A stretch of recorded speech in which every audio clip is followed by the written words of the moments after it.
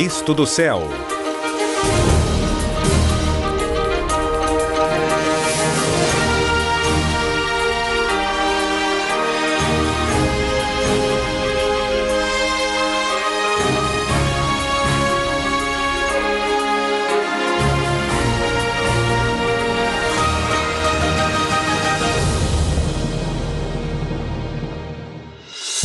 Neste episódio,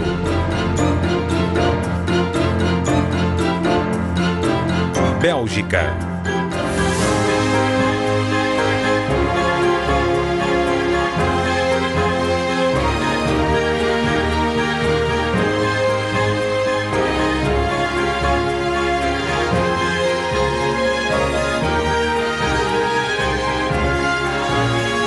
Antuérpia até Ypres. Nossa viagem começa na cidade da Antuérpia, que já foi um centro medieval de comércio internacional. Depois iremos sobrevoar a bela província de Flandres Oriental até chegarmos a Ghent, que em seu auge no século XIII era a segunda maior cidade em tamanho logo atrás de Paris. Em seguida, conheceremos Blankenberg, uma comunidade pesqueira no passado que se tornou uma meca belga durante o verão. Depois, visitaremos Ostende, cidade flamenga em frente ao mar e refúgio favorito dos primeiros reis belgas. Faremos uma parada em Tyne-Cot, o maior cemitério de guerra da comunidade britânica do mundo. Por último, conheceremos Ypres, a cidade que ficou completamente destruída na Primeira Guerra Mundial e é atualmente autodenominada Cidade da Paz.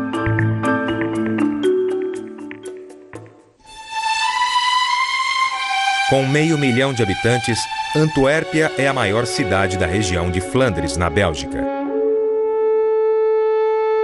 Embora ainda seja um importante centro econômico e cultural, seu auge foi no século XVI, quando era um polo no comércio internacional e uma das economias mais fortes do mundo.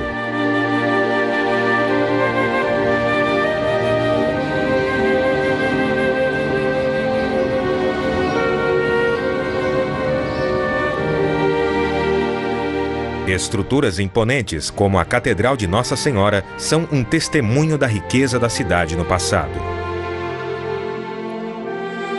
Quando a Igreja Gótica foi finalmente concluída em 1521, era o prédio mais alto do mundo. Com 123 metros de altura, ainda é o mais alto da Antuérpia.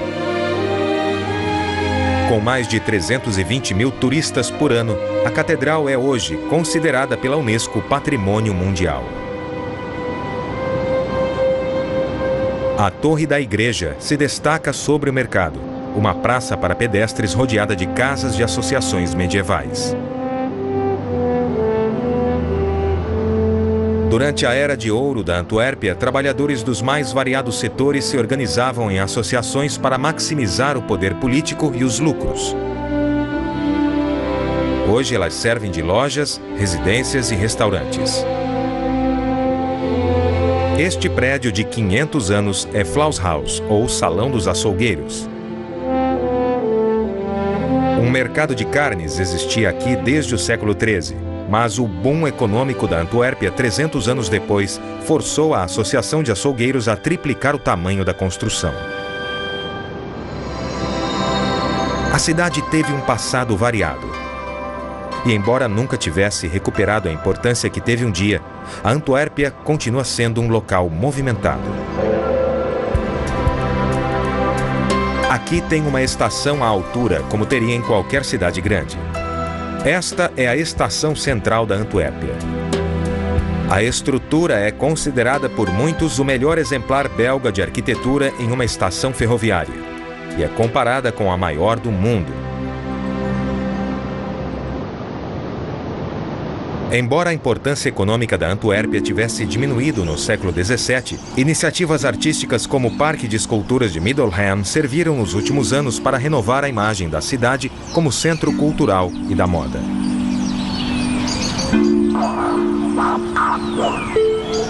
O parque foi inaugurado em 1950 e possui hoje mais de 400 esculturas modernas que datam de 1900 até os dias atuais.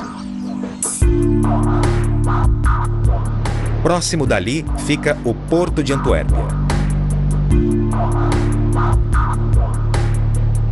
Foi desenvolvido em 1811, quando forças militares francesas entraram na região. Napoleão, imperador francês na época, viu o potencial estratégico que havia para sua campanha europeia. Hoje serve de portão de entrada para a Europa e é um dos maiores portos do continente, com capacidade para mais de 3,5 milhões de metros cúbicos de granel líquido.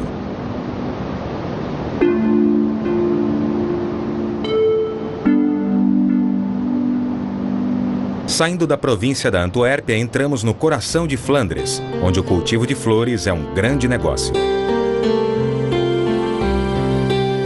Essa região é a maior produtora de mudas, caules e bulbos da Bélgica, exportados para a Europa e Estados Unidos. A flor nacional da Bélgica é a papoula, que desabrochava em alguns dos campos de batalha mais sangrentos durante a Primeira Guerra Mundial. Em muitos países, tornou-se um símbolo para os soldados mortos.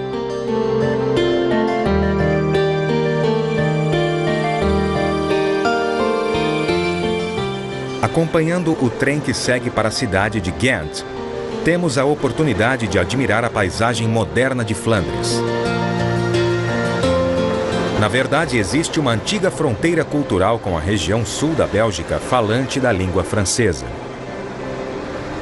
Muitas pessoas daqui sabem que o idioma só foi reconhecido em 1930, quando o neerlandês finalmente tornou-se a língua oficial da Bélgica e uma universidade flamenga foi inaugurada.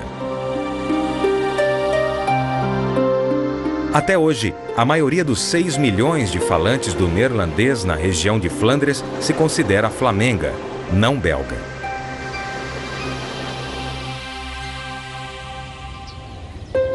Esta é Ghent. Até o século XIII, era a maior cidade da Europa logo atrás de Paris. A prosperidade da cidade vinha da indústria têxtil e boa parte da lã era importada da Inglaterra e Escócia. A economia entrou em colapso após a Revolução Belga de 1830 e Ghent nunca mais recuperou a riqueza e prosperidade que tinha desfrutado. O campanário é uma característica típica das cidades flamengas. Possuía diversas funções. Além de servir como torre de sino e torre de vigia, muitos serviam como cofres onde eram guardados os documentos financeiros.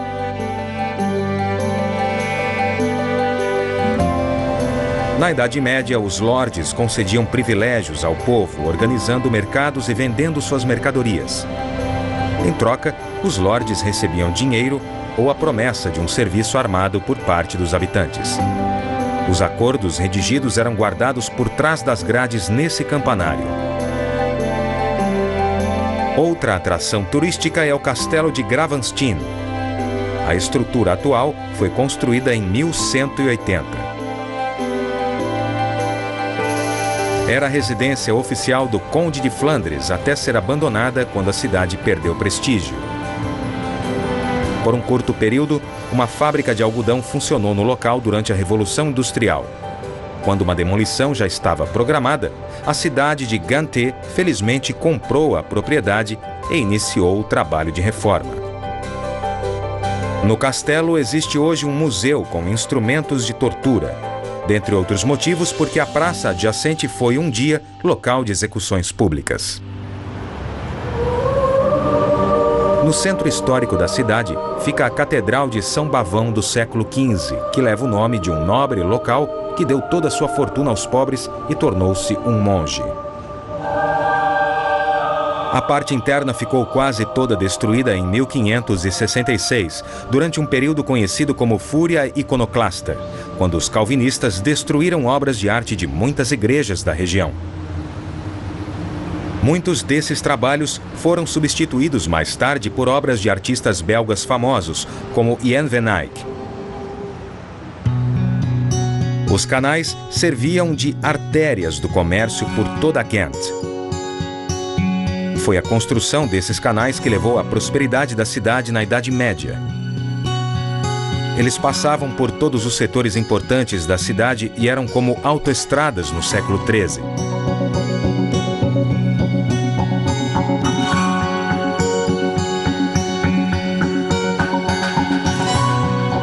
Embora os canais ainda sejam importantes para o comércio, eles são cruciais para o turismo atualmente, já que muitos turistas conhecem a cidade de barco. Saindo de Ghent, passamos pelo impressionante canal de Terneuzen, construído em meados dos anos de 1800, facilitando o acesso de embarcações comerciais para os portos marítimos.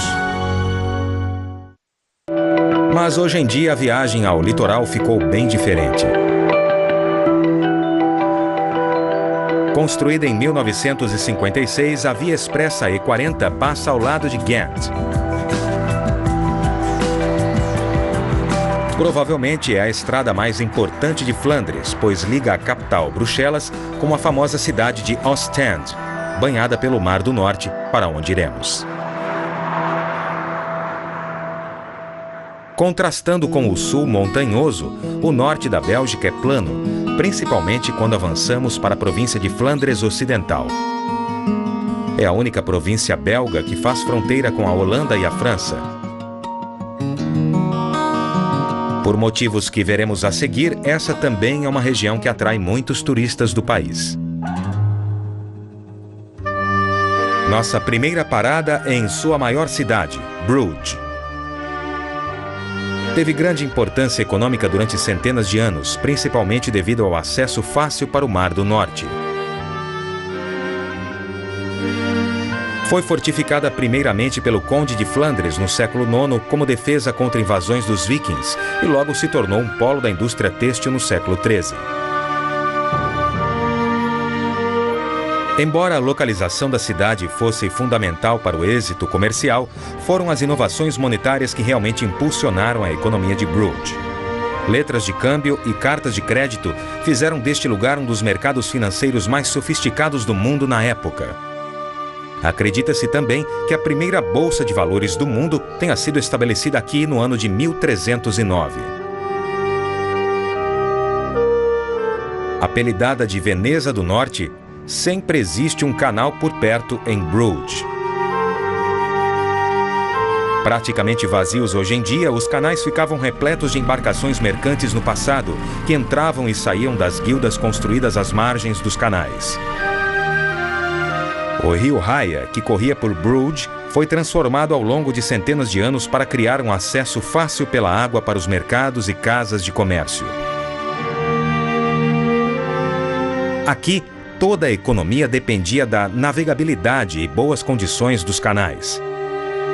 Na verdade, foi o assoreamento dos canais que acabou sufocando o comércio e fazendo com que a cidade entrasse em declínio rapidamente no início dos anos de 1600. Atualmente, os barcos comerciais são proibidos nos canais e somente embarcações turísticas licenciadas podem navegar por eles.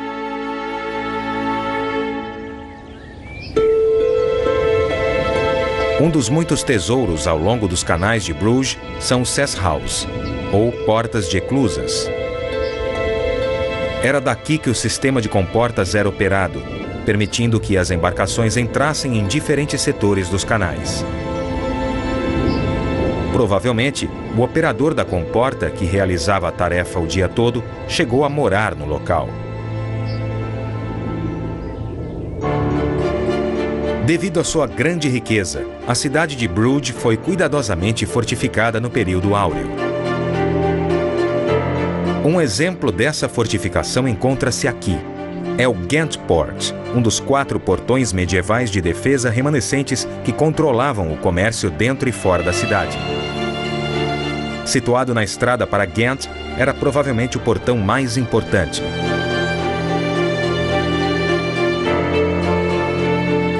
E aqui ficava o Crosspoort, outra das 4 entradas fortificadas remanescentes para a cidade. O portão foi construído como parte de uma ampla reconstrução das fortificações da cidade no final do século XIII, no auge do esplendor de Bruges. O portão em si foi reconstruído novamente de pedra calcária branca no século XV. Mais adiante, fica o moinho de vento Bondshare. Construído em 1888 e transportado para este local em 1911, é uma bela homenagem à idade dourada dos moinhos de vento.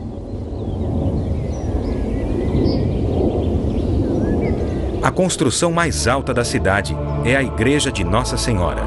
Com 122 metros de altura, levou mais de um século para ser construída.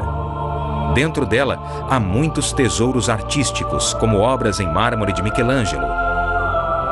O fato de Bruges poder comprar as obras tão valiosas de artistas famosos e transportá-las de Siena até aqui, serve para mostrar o poder que tinha a economia da cidade. Na praça do mercado de Bruges, a torre do sino antiga, 3 vezes destruída e 3 vezes reconstruída, ainda observa a cidade e fascina. Os versos de Henry Wadsworth Longfellow falam da história desafortunada da arquitetura de maior destaque na cidade, o campanário. Assim como muitos campanários flamengos, ele guardava documentos importantes que, em 1280, foram destruídos em um incêndio. No século XV, um pináculo de madeira no formato do Arcanjo Miguel foi atingido por um raio. Foi reconstruído 200 anos depois, mas ficou destruído após outro incêndio. A torre fica de frente para a Praça do Mercado. Os prédios de associações e os bancos que prevaleceram aqui um dia foram convertidos em restaurantes e lojas.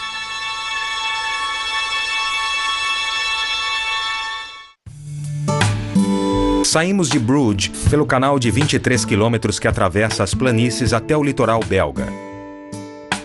Ele faz parte de uma rede de canais com 1.600 quilômetros de extensão, ligando a Holanda e a França e atraindo velejadores e ciclistas. Uma vez na costa, vemos primeiro a famosa cidade à beira-mar de Blankenberg.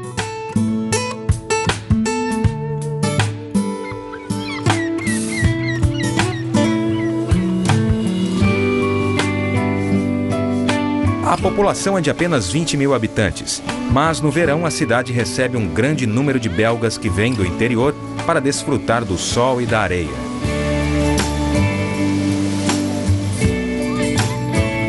Durante centenas de anos, Blankenberg permaneceu como uma pequena comunidade pesqueira, embora o porto tivesse um certo valor estratégico por estar localizado entre Bruges e Ostend. Mas foi somente no século XIX que a cidade começou a ganhar o status de estação luxuosa de férias. Chegou a ser o refúgio favorito para a realeza austríaca. A tendência logo se espalhou e em poucas décadas a aristocracia inglesa começou a atravessar o mar para conhecer as praias, os spas e hotéis luxuosos que tornaram a cidade famosa.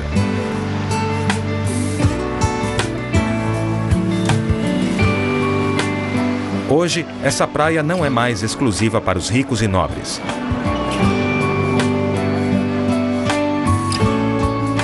Na verdade, as praias ao longo do litoral flamengo, muito procuradas e de fácil acesso aos belgas, estão ganhando popularidade entre os britânicos e em outras partes da Europa.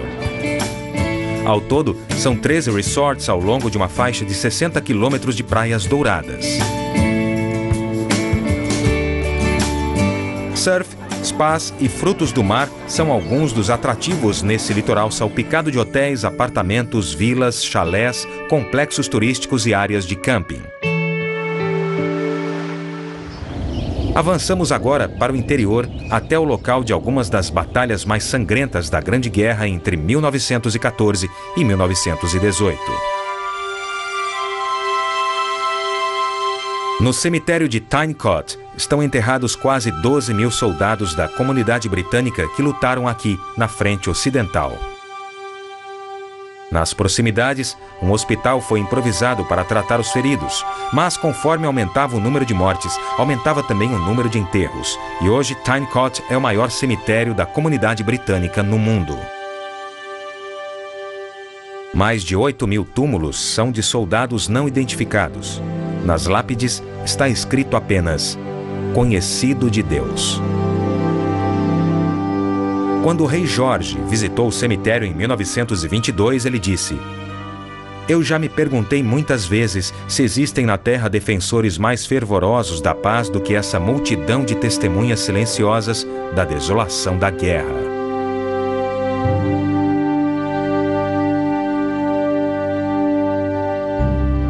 A cidade mais próxima do cemitério é Ypres, que ainda traz lembranças da Grande Guerra. O portão de Menin, que fica na entrada, contém os nomes de 54 mil soldados da comunidade britânica, cujos corpos nunca foram identificados. Simboliza a entrada das tropas da comunidade britânica na Europa, de onde jamais retornariam. A cidade de Ypres foi destruída pelas tropas alemãs durante a Grande Guerra. Gás lacrimogênio e gás de mostarda, ou hiperita, nome em homenagem à cidade, foram usados na população. A Catedral de San Martinho, totalmente destruída durante o conflito, foi reconstruída e tornou-se um local de peregrinação aos que querem prestar homenagem aos mortos na guerra. Com um passado violento, assim como fez a cidade de Hiroshima, Ypres se autodenominou Cidade da Paz, um lugar marcante para encerrarmos essa viagem.